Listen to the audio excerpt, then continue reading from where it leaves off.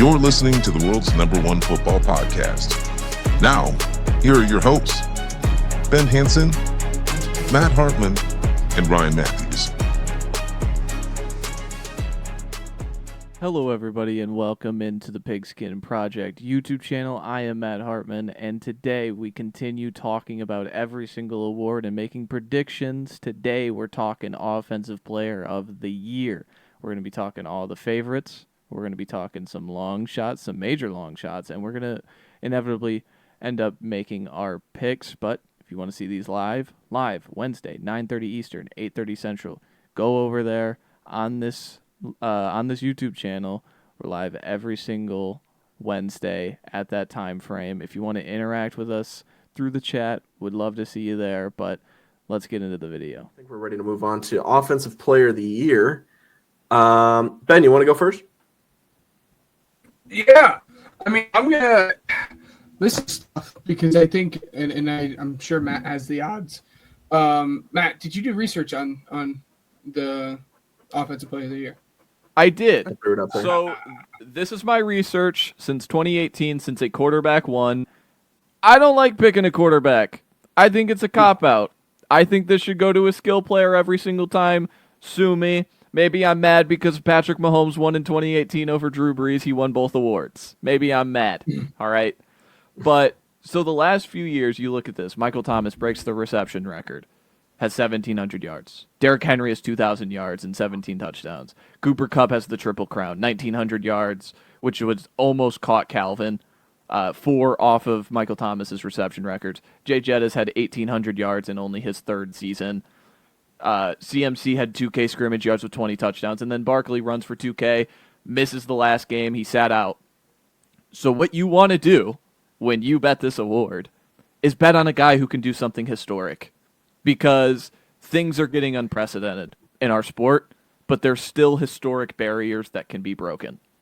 A guy could still catch 150 balls with 17 games now, and if someone breaks that record, again, you doing something historic, rushing for 2,000 yards, getting that, like, whoever gets 2,000 receiving first, like, I mean, I know Justin Jefferson and Jamar Chase debates are hitting Twitter these days, but, like, those guys could be in a race to who gets to 2,000 yards first as a receiver could easily be the Offensive Player of the Year award. So I kind of copped out here. I took 3 guys because I wasn't going to include all of them in my long shot list. I wanted to save that.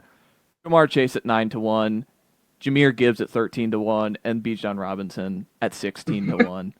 I think those are the guys that have the ability to Gibbs rushing and having over 2,000 yards from scrimmage, Bijan having 2,000 yards from scrimmage, and Chase breaking that, like, breaking records. So, again, that's my barometer, and that's what I'm going to keep doing for all these awards, is I have a barometer that you need to reach to win this award. So let's find the people who can actually do that. And so those were my 3 picks. Let's swing it over the Ben. Yeah, no, I mean, the reason you guys have heard me laughing here is because those are the 3 players that I had on my list as well. Yeah. I mean, obviously, I think that the clear answer probably right now is Jamar Chase. Again, I love the totality of what Jamar gives both as a runner and as a pass catcher. And again, those were my 3 guys. If you were to, like, strong arm me, I would tell you Jamar Chase, but I love all 3 of them. Yeah. Yeah, I'm leaning Jamar Chase when it comes to the inevitable wide receiver battle on Twitter, strictly because of who's throwing him the ball. That really is what boils down to it.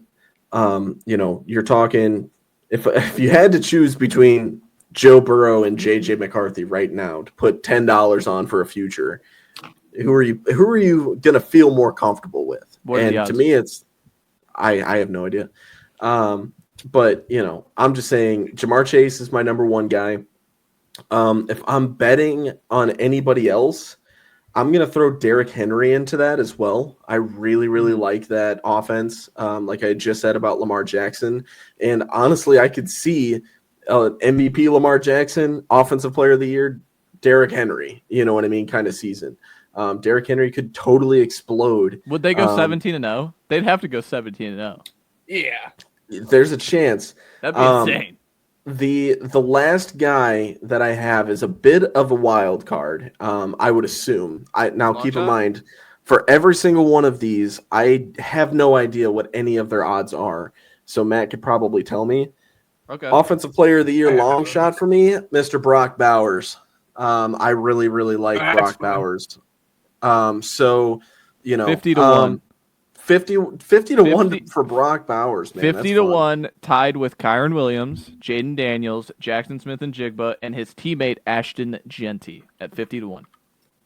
Oh my gosh! I mean, give me just a second, Matt. I'll let you kind of ad lib really quick because I'm looking this up. But yeah, or Ben. Oh, and so currently, right now, I mean, if you were to look at the odds, the odds on favorite is Saquon Barkley, anywhere between plus 550 to 650, just depending on what app you're using, and then it's Jamar Chase all the way down to basically plus 900 on every app other than DraftKings. Yep. At plus 950, and then we got a tiny jump with Jahmyr Gibbs, anywhere between plus 1,000 to plus 1,200, and then kind of your next. He's still 13-1 on FanDuel. Oh wow! And then your next big jump is Bijan, who's plus 1,600 on FanDuel. Yep. The lowest odds for him is DraftKings at plus 1,400. But again, that's kind of the tier break there. Are those first three guys in Saquon, Jamar Chase, and Gibbs, and then there's a little bit of that tier break. I have Jefferson up here with 1,100. I like that. I like it. But overall, like the three we took, Ben, are the three in the top 6 who haven't won the award, and that was a kind of a little like thing I threw in there. It's like, I'm not picking Henry. I'm not bet anybody except Barkley at his price. I think Barkley being that far ahead of everybody else, nobody's repeated that award since like the 2000s. So again, it's unprecedented to see a repeat at the Offensive Player of the Year award. If you think he's going to rush for 2,000, okay, like you can bet it, but I think it's an awful price you're getting in comparison. But yeah, my long shots. Made the argument last year too that Jamar Chase could have won it. I mean, again, he was the Triple Crown. You could have made the argument too. They were neck and neck there. But anyways, your long shots. Voters disagreed. Voters were all on Saquon, which that's fine. I had no problem with that one. But my long shots, two guys 35-1. Come on, you guys know me too well. Malik Neighbors and Brian Thomas Jr. Like, I just think these LSU guys are awesome. And like I said, doing something historic is something that I think both of these guys could do. I think Malik Neighbors could catch 150 balls because he caught over 100 last year and had that concussion, or close to 100. Did he catch over 100? I can't remember. And then Brian Thomas Jr. walked in the league and had 1,300 yards in his first season. So again, and he's got a good quarterback throwing him the ball. But are you sure about that? My longest shot that I took for this award, and I think a lot of people would scoff and say that's insane. Well, there's a reason he's 100-1, and that's why I'm picking him. This guy has the same odds as Rashee Rice, who could get suspended, Devontae Adams, who's like 30, 300 years old, whatever. Justin Herbert, Caleb Williams, Kyler Murray, 3 quarterbacks. Chase Brown, Marvin Harrison Jr., DJ Moore. He has the same odds as them. He was like a top 3 fantasy running back last year in drafts. Give me Breece Hall at 100-1. Because I get there's these trade rumors. The guy is in a contract year. He is still more talented than Braylon Allen. And just last year, we were projecting him because I like to project fantasy stats to Offensive Player of the Year because it's production for skill position, which is what fantasy football is. Breece Hall at 100-1 is just a ticket I want to hold. If there's a time in November where this guy's running for 140 yards 3 straight weeks, and you're like, whoa, he's on pace for 2,000 yards. Holy crap, the Jets are in play for a wild card spot. And it's because this guy is doing something historic, like I said, at 100-1. Again, throw $1 on it, throw $10 on it, throw a unit on it. I think it's just a ticket that, well, oh no, like he's hurt week 4. Oh no, I threw whatever, a tiny bit of money on it, but it's just betting on that pedigree, betting on the ability to have that counting stat ability is just 100 to 1. Why not? Yeah. So I liked it. Bucky Irving. I just That's wanna, my long shot. Is he 60 I want to to. I 1? want to. Yeah. I was kind of cooking this up really quick, backing up my Brock Bowers long shot. So just keep in mind, going into the season, Brock Bowers was 222 yards away from tying the most amount of receiving yards by a tight end of all time, tying Travis Kelce in 2020. And that was with Aiden O'Connell and Gardner Minshew in 2024. Now, the biggest thing to kind of keep track of now, Geno Smith is his new quarterback. My biggest thing is how much does he get the ball, or how much does Geno Smith throw more so to tight ends? And so far, from what I was able to gather, he was able to throw nearly a quarter of his passing plays to tight ends. Another aspect that I wanted to kind of throw at everybody is the fact that Chip Kelly kind of uses a 2 tight end set in his offense. And so you're going to see a lot more production out of Brock Bowers because of that. You got to think Michael Myers also going to be in there as well. So, I'm just saying, or is it, am I wrong? Am I wrong? You said there? Michael What did I say? Myers. It is Michael Mayer, but Michael that Mayer, would whatever. be Michael Myers. awesome. Whatever. Michael Mayer. Yeah. Michael Mayer is going to be in there as well. But regardless, I'm just saying, like, he's getting the target share with the quarterback that's better than the ones that he was playing with prior.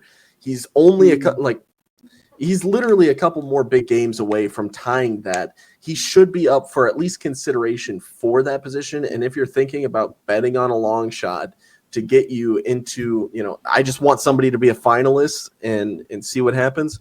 Yeah, Brock Bowers my pick.